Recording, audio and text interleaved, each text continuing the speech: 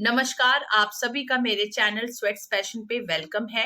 आज जो मैं पढ़ाने जा रही हूँ वो है बीएचयू वैक सिलेबस जो ईवीएस का है, उसमें ह्यूमन पॉपुलेशन ग्रोथ। पिछला 2 टॉपिक मैंने कवर करा दिया है और वन बाय वन मैं ऐसे ही लेकर के चलूंगी। तो चलिए स्टार्ट करते हैं आज का वीडियो। Human population growth. सबसे पहले जानना है हमें कि ह्यूमन पॉपुलेशन क्या है, ठीक है, या ह्यूमन पॉपुलेशन क्या है। तो एक पर्टिकुलर एरिया में जो नंबर ऑफ इंडिविजुअल है, जैसे आप इस स्थान पे हैं तो एक इस स्थान पे कितने ह्यूमन के पॉपुलेशन है, कितना ह्यूमन की जनसंख्या, मानव की जनसंख्या कितनी है, दैट इज ह्यूमन पॉपुलेशन। और जब एक ओवर टाइम मतलब एक समय में जैसे जैसे ह्यूमन का पॉपुलेशन बढ़ता जा रहा है, that is increase in the number of individual in a global human population over a time, that is called human population growth. And this human population growth is influenced by so many factors like fertility rate, mortality rate, technological advancement. And you better know that कि जैसे जैसे कई चीजें बढ़ती जाएंगी, human growth कम हो जाता है या उनके बढ़ने से ह्यूमन ग्रोथ बढ़ता है। It's all depend upon that particular factors. Like in from the advancement of technology आप देख सकते हैं कि जो ह्यूमन पॉपुलेशन जो है वो भी बढ़ रहा है। क्यों? क्योंकि डेथ रेट कम हो रहे हैं, हमारे साइंस और हमारी टेक्नोलॉजी डेथ रेट को कम करते जा रही है। तो it is depend upon so many factors. Now we are going towards the global population trend. ये आपको जानना जरूरी है कि आज जो हम ह्यूमन पॉपुलेशन देख रहे हैं, लाइक एक डेटा आया कि इन 2024 ऑलमोस्ट 8.1 बिलियन पॉपुलेशन है ह्यूमन की, मतलब global, it's a global human population, around 8.1 billion population. But when we went towards first AD, जब अगर हम फर्स्ट सेंचुरी की तरफ गए अगर देख रहे हैं, तो that time the human population is almost 200 to 300 million people उस टाइम पे थे। इन 1800 सेंचुरी देखा जाए तो अप्रोक्सीमेटली 1 बिलियन चला गया था। 1900 सेंचुरी में ये 1.65 बिलियन था human population growth. In 2050 2.5 billion, in 2006 billion and in 2022 देखिए 2000 से 2022 कितना ड्रास्टिक चेंज आया है। इस तरह 1950 से 2000 के बीच में भी कितना बदलाव आया, मतलब कितना इंक्रीज हो गया है ह्यूमन का पॉपुलेशन।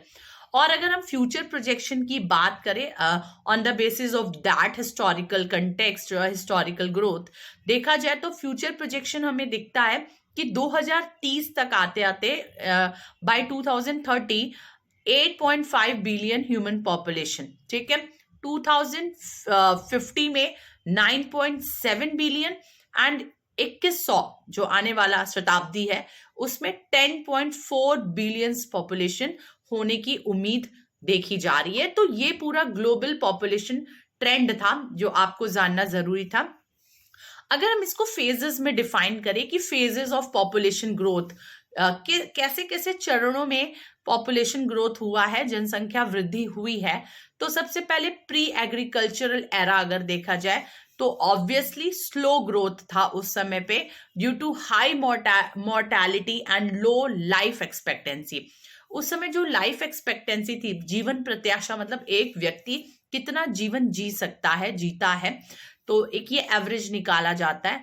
तो उस समय लोगों की लाइफ एक्सपेक्टेंसी भी कम थी और मॉर्टैलिटी रेट बहुत ज्यादा था, डेथ रेट बहुत ज्यादा था, क्योंकि टेक्नोलॉजी एडवांसमेंट, साइंटिफिक रेवोल्यूशन, हमारे पास इतनी बेटर मेडिसिन्स नहीं थी, ये सब चीज नहीं थे।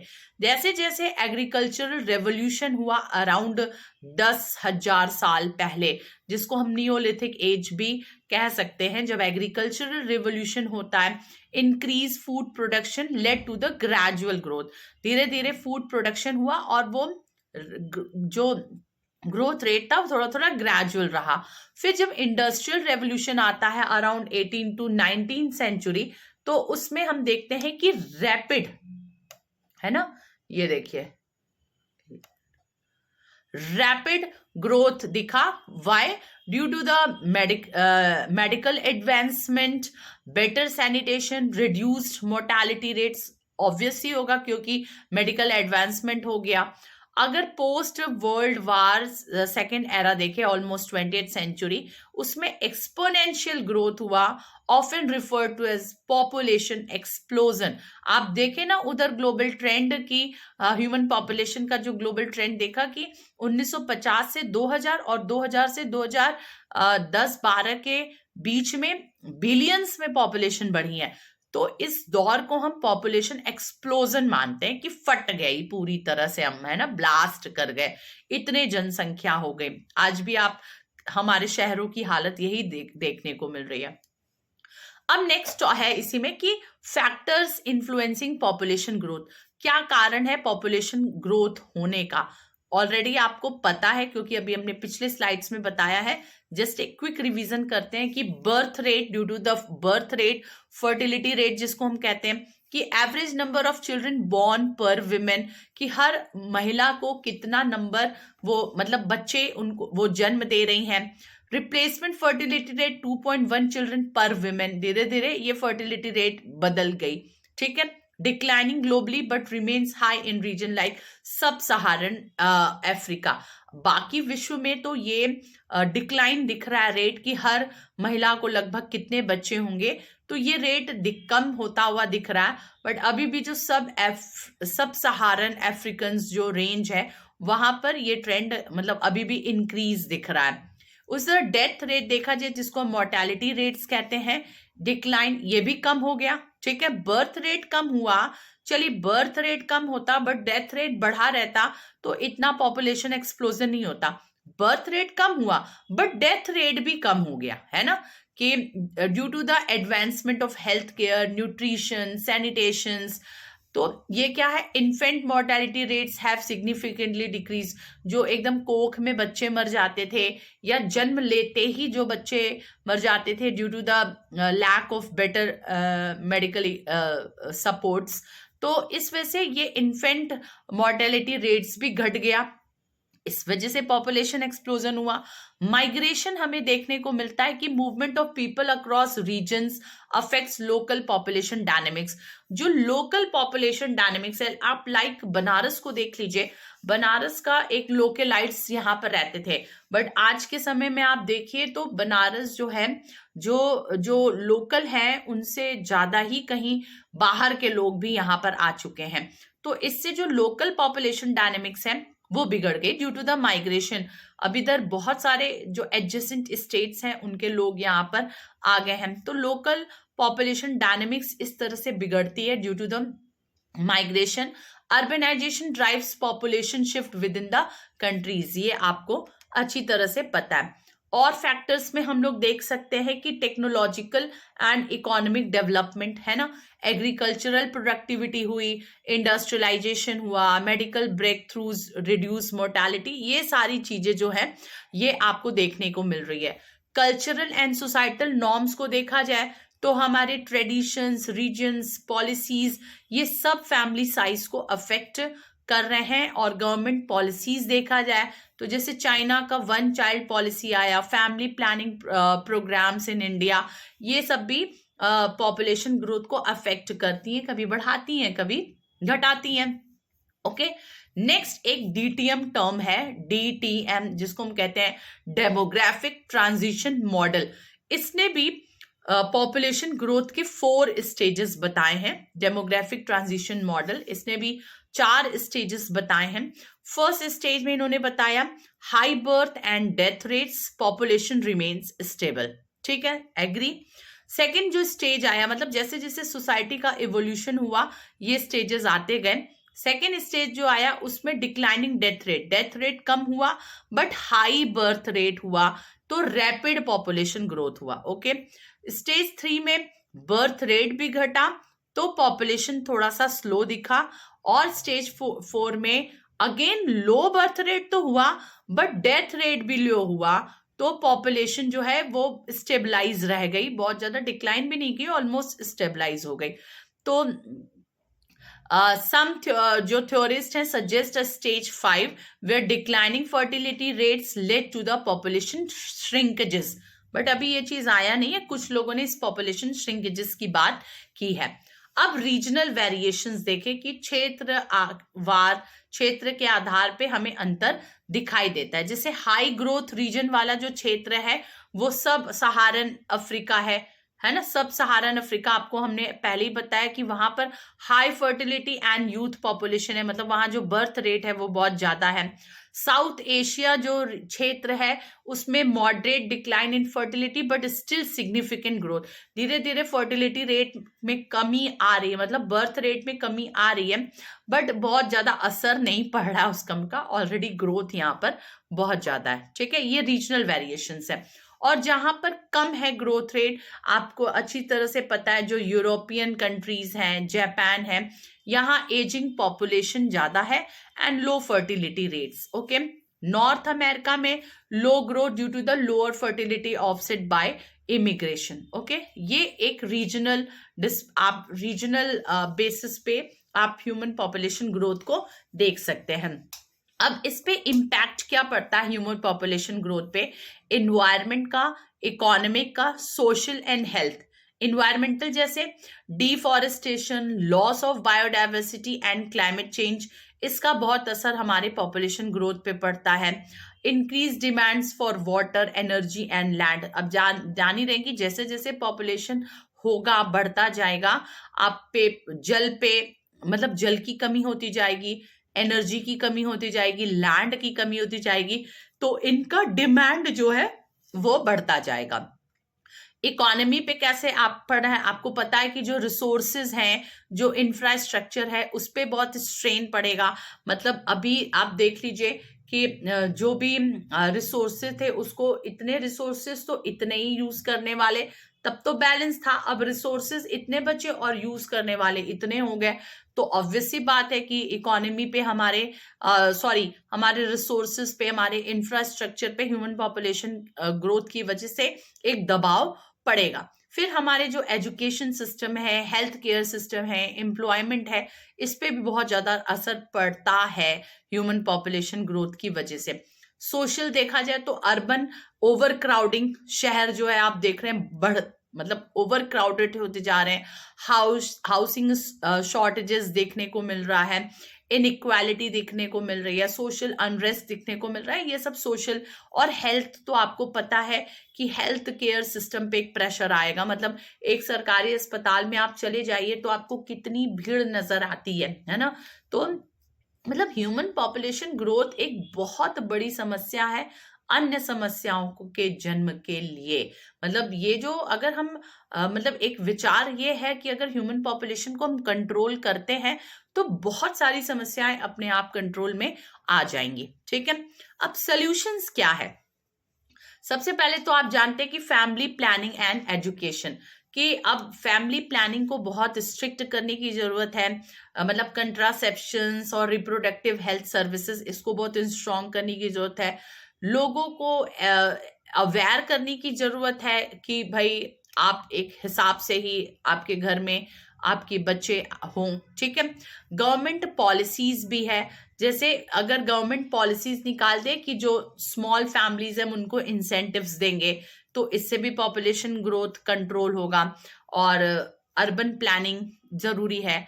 टेक्नोलॉजिकल इनोवेशंस में देखा जाए तो जो हमारे सस्टेनेबल एग्रीकल्चर के जो तरीके हैं, रिन्यूएबल जो एनर्जी है, मतलब अब जो नेचुरल रिसोर्सेज थे वो तो भाई खत्म होते जा रहे हैं ना, तो हमें बाकी और रिसोर्सेज पे बेस्ड होना पड़ेगा। तो जो हमारे पास रिन्यूएबल सोर्स ऑफ एनर्जी है उस पे डिपेंड हमें रहना होगा। और हमें एग्रीकल्चर का ऐसा तरीका अपनाना होगा जो सस्टेनेबल हो। ठीक है, ग्लोबल कॉरपोरेशन की बहुत जरूरत है कि सभी देश के लोग, समाज के लोग मिल करके कुछ ऐसे सोचे, ऐसी पॉलिसीज लाए जिससे कि इस ह्यूमन पॉपुलेशन ग्रोथ पे हम कंट्रोल कर सके। ठीक है, और अब ह्यूमन पॉपुलेशन ग्रोथ के चैलेंजेस तो तमाम है। आप चैलेंजेस देखें तो सबसे पहले इन्वायरमेंट पे इसका चैलेंज है इसका एजिंग पॉपुलेशन जो है हमारी बढ़ती जा रही है। मतलब एक बहुत कंसर्न मुद्दा हो गया है एजिंग का, है ना, कि मतलब इस पे बहुत सारे लोग काम कर रहे हैं, और जो एजिंग पॉपुलेशन है उसका केयर कैसे हो, ये बहुत चैलेंजिंग विषय इंडिया जैसे कंट्री में भी सामने आ रहा है, क्योंकि यूथ जो है वो अपने काम में लगी हुई है। तो उसमें जो एजेड लोग हैं, जो एल्डरली पॉपुलेशन है, उनका केयर बहुत अच्छे से नहीं हो पा रहा है। तो इस इंक्रीज डिपेंडेंसी रेशियोज इन अ डेवलप कंट्रीज, तो ये एजिंग पॉपुलेशन एक हमारा चैलेंज है। फिर यूथ बल्ज क्या होता है? High proportions of youth in developing Nations post challenges and opportunities, कि अगर किसी देश में यूथ पॉपुलेशन बढ़ रहा है, यूथ बल्जेस इसको कहते हैं, तो एक अपॉर्चुनिटी की तरह तो हम इसको ले सकते हैं, बट बहुत सारे हमारे सामने चैलेंजेस है। चैलेंजेस क्या है? सबसे ज्यादा एम्प्लॉयमेंट को लेकर के है, कि उतनी पॉपुलेशंस को हम एम्प्लॉयमेंट कैसे प्रोवाइड कर सके, ये एक बहुत है। और इन्वायरमेंट कंसर्न तो है ही है, कि हमें इस ग्रोथ को भी मेंटेन करके रखना है, ह्यूमन जो जो ग्रोथ हो रहे हैं उनको तो मेंटेन करके चलना है, साथ में अपने इन्वायरमेंट को मेंटेन करना है। और आप देखिए ना कि अगर बढ़ रही है जनसंख्या, तो उनको पीने के लिए पानी चाहिए, रहने के लिए भूमि चाहिए, ठीक है, उनको रोजगार चाहिए। अब इन सब को हम कैसे प्रोवाइड उनको करेंगे? इन सब को प्रोवाइड करना एक बहुत बड़ा चैलेंजेस सारे गवर्नमेंट और बाकी अन्य एजेंसियों पे आ चुका है। तो ये सब गंभीर चुनौतियां हैं। अब इस पे कुछ नोटेबल स्टडीज एंड रिपोर्ट्स आए हैं, आपको अब थोड़ा मैं फैक्चुअल नॉलेज दे रही हूं, जिसमें एक यूनाइटेड नेशन पॉपुलेशन डिवीजन्स का एक रिपोर्ट आया, वर्ल्ड पॉपुलेशन प्रोस्पेक्ट्स 2022 में आया।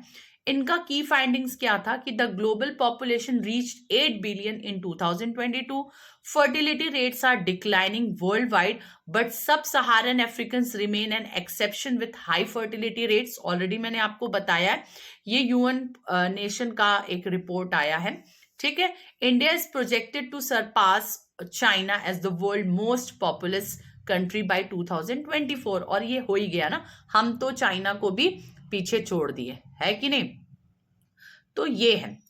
इसी तरह से एक रिपोर्ट आया है पॉल एलरिक्स का, जिन्होंने एक टर्म दिया है पॉपुलेशन बॉम्ब।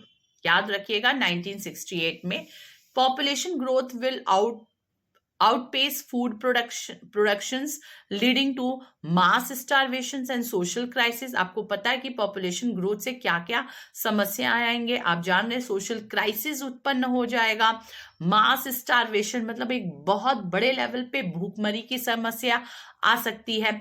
तो ये सब, ये पॉल एलरिक्स का पॉपुलेशन बॉम्ब करके एक स्टडी आया, उसमें इन्होंने बताया कि advocated for the aggressive population control measures. इन्होंने कहा कि अब सिर्फ और सिर्फ एक तरीका है कि हम किस तरह से पॉपुलेशन कंट्रोल मेजर्स को बहुत स्ट्रिक्टली इसको अपनाने की जरूरत है। फैमिली प्लानिंग में, एजुकेशन सिस्टम में, हर तरह से लोगों को समझाने की जरूरत है और स्ट्रिक्ट पॉलिसी अडॉप्ट करने की जरूरत है। जब तक ह्यूमन पॉपुलेशन कंट्रोल नहीं होगा, हम बाकी समस्याओं से निजात नहीं पा सकते हैं, ठीक है। अब नेक्स्ट जो एक और रिपोर्ट आया है, IPCC reports on climate change. आप जानते हैं कि क्लाइमेट चेंज से संबंधित आईपीसीसी रिपोर्ट्स है। इसमें इनका कहना है कि इनका की लिंक क्या था कि explore the relationship between the population growth and climate change. इन्होंने एक कंपैरेटिव स्टडी की कि पॉपुलेशन ग्रोथ का क्लाइमेट चेंज पे क्या इम्पैक्ट है। और आपको पता है कि भैया सीधा इम्पैक्ट है ना, पॉपुलेशन ग्रोथ जितना होता जाएगा क्लाइमेट चेंज होता ही चलेगा, क्योंकि पॉपुलेशन जो ग्रो कर रही है उसको रहने के लिए जगह चाहिए, और रहने के लिए जगह कैसे देंगे? हम फॉरेस्ट काट के ही उनको लैंड प्रोवाइड कर पाएंगे। तो जब डिफॉरेस्टेशन हो रहा है तो डायरेक्ट असर आ जा रहा है क्लाइमेट चेंज पे। उनकी वाटर पे डिपेंडेंसी बहुत ज्यादा हो रही है, वाटर क्राइसिस हो जा रहा है, ये सब तमाम है।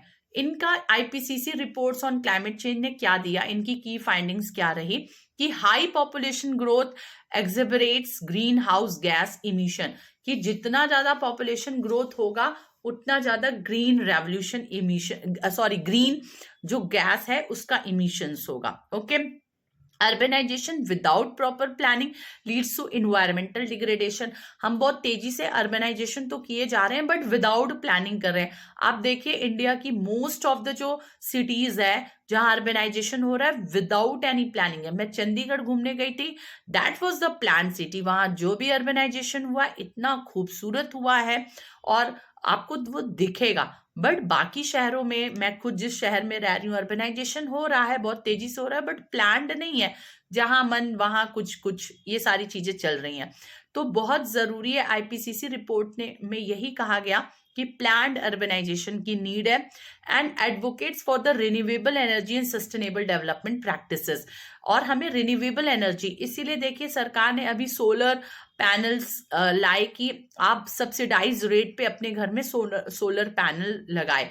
क्यों? क्योंकि हमें अब उन रिन्यूएबल एनर्जी सोर्सेस की जरूरत है, तभी तो वो हमारे जो बढ़ते डिमांड है उनको भरपाई कर पाएगी। तो ये कुछ स्टडीज हैं। इसी तरह से studies on the demographic dividend, इस पे स्टडीज है। Studies on urbanisation, population growth, इस पे है। The World Bank's World Development Report दिया, मैं आपको यहाँ पर सामने ये दिखा दे रही हूँ। मतलब सबका ये, जैसे अब है स्टडीज ऑन डेमोग्राफिक डिविडेंड, इनका क्या कहना है कि with 65% of population under 35 years, India has a unique opportunity for economic growth. To capitalize, India must invest in education, skill development and job creations. इसने ये बात बोली। इसी तरह सबके अलग अलग रिकमेंडेशंस हैं। तो ये मैंने पूरा आपको ह्यूमन पॉपुलेशन ग्रोथ बताया। एक क्विक रिवीजन देख लीजिए। तो ह्यूमन पॉपुलेशन ग्रोथ क्या है, ग्लोबल पॉपुलेशन ट्रेंड्स क्या चला, ये आपने पढ़ लिया।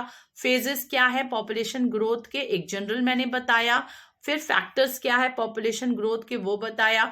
इस फेजेस को मैंने डेमोग्राफिक ट्रांजिशन मॉडल के थ्रू भी समझाने की कोशिश की है।